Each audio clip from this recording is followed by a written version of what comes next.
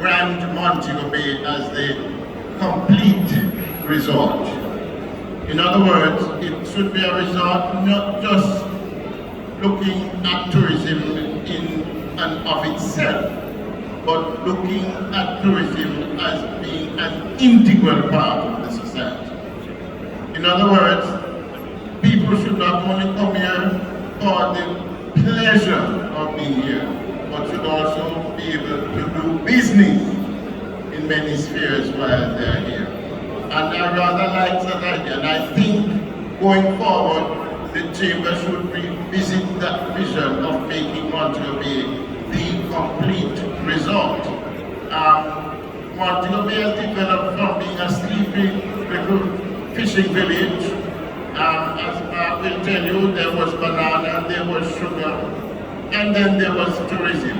And what drove tourism for the younger persons here who may not have known was that Doctors Cave Beach became a major international tourist attraction and was responsible for actually making Montego Bay a preferred tourist destination. As it stands today, we need to look, I think, at creating more attraction, such as Doctors Cave. The Hip Strip is being developed, Godfrey, as you have said, but I would love to see us really begin to take in the cultural arts. For example, Montego Bay desperately needs a performing arts theatre, which has been lacking for decades. That needs to happen. We need to develop sports tourism so that we can attract top sportsmen and women and have major events here. This very facility here, Mr. President, can be, we have seen where basketball has been held here internationally. We can have boxing matches in here, that friend I could do a veterans match. Mark, you will be the referee, the owner. Right? So, that's what is meant by a complete result, Mr. President, where we encompass all aspects of the city's development and not just skew tourism all by itself. And finally, I just want to say that we must not forget that we still have two Montego Bays, and I say this unreservedly. We have one for the tourists and we have one for the Montegonian. There must be ways found to integrate both. And in order to start that process, we need to look at how we can better enable our citizens to live a better quality of life. I'm Atana and you're locked into Bob Arts TV. Keep it locked. Cause I'm not afraid. If them a come, let them come. Bob Arts, I do music for them one by one. Scan them, SPIC, say my name, that's me, Queen of Dancehall, I represent for Bob Arts TV. Keep it locked, spice to that. Boom. We need a modern, well-designed traffic system. What we have in Montego Bay now, Mr. President, is horrendous in terms of just moving around the city. The perimeter road is coming, yes, but I would love to see us take, and I'm going to finish now later, I'm not going any further, but I would love to see, for example, where we begin to utilize other types of transportation mechanisms. We have so much water about the place. Why can't we have transportation by sea? We also still have the possibility of rail. Instead of just depending on boxes and noise, killing us off in the streets. We have to find a way to better that, because it can't be that we keep saying Montego Bay is the best tourism destination in the world when the citizens are still not enjoying the quality of life. And I finish by saying this. When a waiter leaves a hotel where he says, good morning and thank you and all the niceties to our tourists, and when he comes down to St. Charles Square and the police officer says, hey boy, where you go? It's a different ball game. We need to change the social dynamics. Thank you very much. Thank you so much, please. For walking out Saturday, just to tell our idea everyone, one is going to be out here And the TF is doing study on it now. We started 6 months or so ago. Instruction from the Prime Minister, and one is going to be built here. Sure. Excellent. They hear it here first. As I'm saying, they hear it here first. That we will have, thank you very much. So, Dr. Lee, how are the Chamber's role in supporting business change or evolved over the years? Tremendously. In the last 20 years, we have noticed it. We never had this road out here. Chairman loved it. You could tell there was no hotel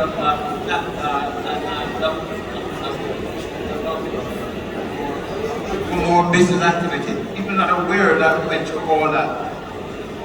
And the free port, Chairman loved it. But it was hotel. Not me, the past president. One thing I want to point out is that the young people in Montego Bay and the children of our generation and the ones after that, I don't see them in Montego Bay because there's nothing for them to do in Montego Bay apart from BPO and I don't see them. Today, however, the whole dynamics have changed. We have no corporate companies in Montego Bay. Today we do. Take, for example, Knoxville Express, a corporate company in Montego Bay. They are some of the corporate company in Montego Bay. So we are getting the corporate companies in Montego Bay, and therefore the whole dynamics are going to change where young people are going to want to work in corporate companies. Most of us here in Montego Bay used to work for satellite companies that were in Montego Bay. Today we want to be having our own corporate companies, which we must pay attention to, because they are the ones that are going to be the engine of change for the development of Montego Bay. We must look around and see what's happening.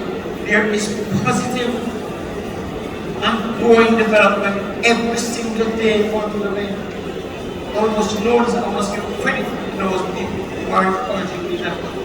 I just want to point out something to you. When I was president, there was absolutely, I took every vendors off the street. There was no vending on the street. I was able to do it because my cousin was the assistant commissioner at the same time. And the mayor, Mr. Gilchrist, was a friend of mine. And we took every single vendor off the streets in Montego Bay. I am appalled at the condition of downtown Montego Bay. And we need to pay attention to it. We need to have the corporate companies help the chamber to structure downtown Montego Bay. So we're not afraid to go down there. Not going to say anything wrong with down there, but we have to structure down to the bay after 7 o'clock at night. It cannot continue like that. I want to suggest to the chamber and these gentlemen here, past president, that we start to look at how we're going to structure Montego Bay as a corporate, powerful entity in Jamaica. Because we have an ability. Structure Montego Bay that we don't have to answer to anybody. Plan for our own destiny and decide what we want things to be. Everything is so disorganized. The history, for example, I hope God will give us some comment to that. That pause from him, it cannot remain like that. Thank you.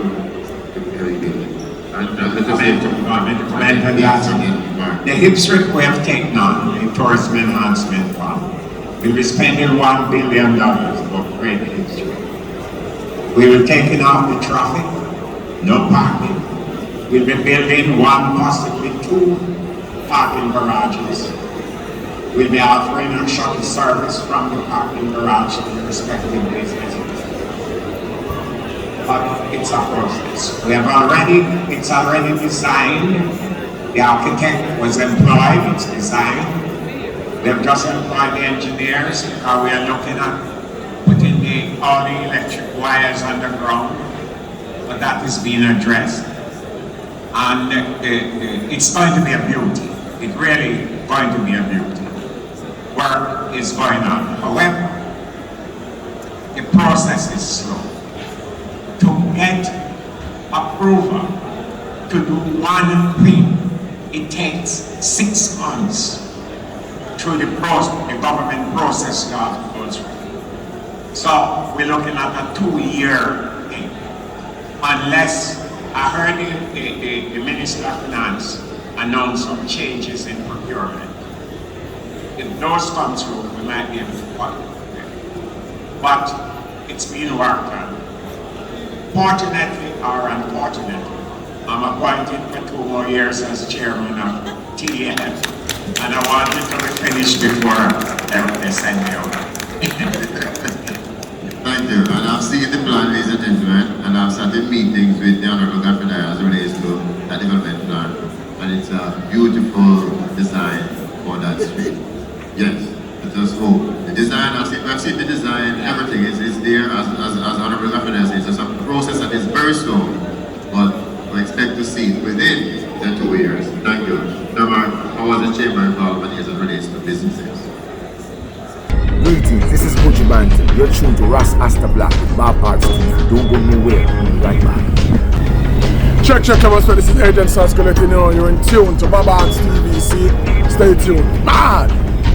Popular. Yeah. Bob Arts. We're ready to tune. We're live. Big up Bob Arts. Big up. The chamber has grown in its capacity to actually represent and promote business in Montego Bay. However, I think it still lacks a lot of capacity. One thing I remember I tried to do with Tony Chang when I was president and he was president of JCC was to see if the government would facilitate the private sector by incorporating in the Companies Act, a piece of legislation that would be similar to St. Martin. And what that says is that for every company that is incorporated, it must be a member of its representative association. So if we could say, all right, every company that exists and will exist, you have to be a member of either the Jamaica Manufacturers Association, the Jamaica Chamber, the Montego Bay Chamber, the other representative organizations, JHTA or whatever. In that way, you could increase the revenue of the chamber, and also then you could hire the staff to do the kind of research and advocacy that the PSOJ now does.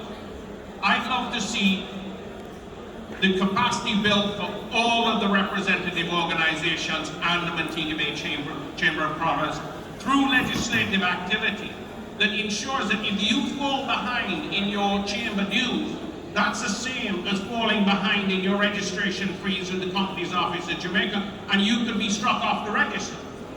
And that would give you the capacity. And then the PSOJ would become the private sector's organization where only organizations like the Chamber, like the JHA, would then appoint a president.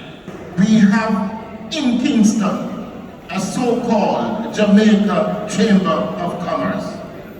It is not, in essence, the Jamaica Chamber of Commerce, because it does not represent the other chambers in any meaningful way. And that is something that we have been advocating for, Mr. President. And it has not changed. The architecture has not changed. There have been one or two little cosmetic efforts. For example, at one point, I remember myself sitting on a board that they have created of presidents, that sort of thing. But the Jamaica Chamber of Commerce does not truly represent the chambers of commerce in Jamaica. And that must change. And why I say that too, Mark, is that, for example, as you would have intimated, say, for example, the Prime Minister is going to China on a trade mission. There's a representative from the Jamaica Chamber of Commerce that is likely to be going. But what if while when the Prime Minister there, one of the major focuses has to do with tourism? There should be a representative of the Montego Bay Chamber of Commerce on that as well, but that is not happening. It is just the JCC that is always hugging the show. And I don't care who wants vex with me. I'm saying that must change. We must have a true representation at the national level in terms of chambers of commerce. Let me just help what Lloyd makes of it there. It's so true because I spent a lot of time back in the Chamber of Commerce in Kingston. When the Expo got off wrong, I thought that should have a cross-cultural involvement in the Chamber, meaning that we should have other countries involved in the Chamber's Expo. I don't know if there's one here today, but certainly I went to Cuba. And I met with the Vice President. I took Winston there, I think, with me and Vice President. And when I was talking to them, they wanted to know if I represented Jamaica. Chamber of Commerce. I had great difficulty convincing that we have different chambers of commerce, and I wanted them to come to the Expo. And they did come. Downtown from downtown, Cat's Corner,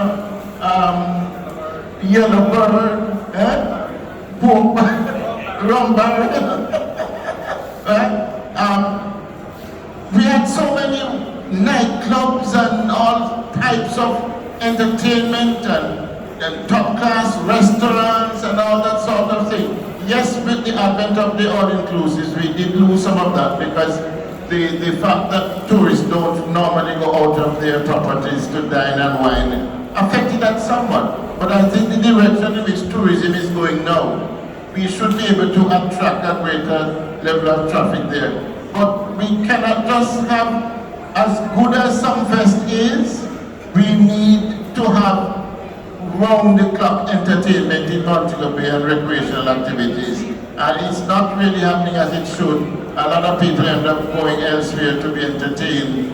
And I think that's an area that the business community can look at because there's a lot of money in entertainment, whether you want to believe it or not. There's a lot of money in entertainment. There's a lot that can be made out of the entertainment industry, just like any other commercial activity.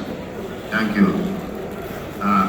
Dr. Bailey, what recommendation do you have that impact on businesses? Hello, I'm in the human development area, as you know, I just came from I'm on the School of Business. And basically, one of the things that we observe is that we have to educate the young people. We have some means of doing that. I spoke to Mark the other day, Mark Carter, there. And he said, listen, you get one employee, Mark, tell me, how much you have to go through? 30. I've been embarrassed that I'm involved with qualifications that you want to find one employee to something, I have to go through 30 persons to get one. That must be something that we concentrate on, and we have to do it very fast. I wanted to know why Chinese were successful at every hole and nicky corner in Jamaica. So I went and did a research, and I asked them point blank, what is it that can make business under this step and in this corner? And why can't we do it in Jamaica? You know what he said? Education. Not academics. Education is different. And it's about being able to discern and being able to survive on your own. Come up with ideas on your own and foster it. I don't have to encourage people to do that. I suggest that we do that. Because this is a major problem we're having. If you can't find an employee, you go to 30 people who want to employ, it's frustrating. So we are heading to a situation where we're going to have to import labor if that continues. And it's happening right now. Look at the construction. Mark, you want to tell me what's going on there? Construction business. You have the foreign companies that are taking over the construction business in Jamaica. But we don't have the qualified people. Thank you. So like we looked at the whole aspect of crime, beautification, building up our city, and also looking at the entertainment, and we can incorporate entertainment and the whole visual arts into our business. And Dr. Bailey, you mentioned education. I'm an educated workforce. I'm able to have skilled people to work in our businesses. My name is Audley Shaw, and I'm here to big up Bob Arts TV today. So big up Bob Arts TV. Just to say that, we're committed to building out the access roadway from Point to Fairfield and beyond. Work will actually start on the lower side, hopefully later this month. But certainly the two main corridors for which the government is committed to ensure its full rehabilitation is the Point to Fairfield and also to Magoti. Greetings, family. My name is Ras Asta Black, and you know that already, not you? Now, in the house of Rastafari, to have Jamaica proclaim July 23rd to be the official Rastafari Day. Can you start that over?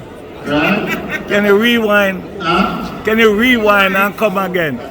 I must rewind and come again? Yeah. Well, I'm saying that for the day to be fully recognized, it would have to be gazetted, which means that it would have to go through a process of legislation by way of Parliament. And so you perhaps need to have a lobbying group that would, for example, lobby the Minister of Culture, the Honourable Ramsey Grange. And of course you would appeal to the wider society to assist in that process. The fact that Bob Marley continues to be such an internationally recognized person does give your idea in greater levels of positive consideration. And sometimes we tend to forget that Rastafari is a religion, that it is perhaps the most, can we say, modern or latest of the religions in the world. And Jamaica has a way of, coming up first in so many different areas. And so that is the approach I think you should take, because without the legislative aspect, it will not gain much depth and courage. I wish you well. Thank you. All right. Thank you. You rather call Ras Black or Mr. Black? Ras, we burn a fire on the mister. I want to tell you that in my presence, it was very eventually came up with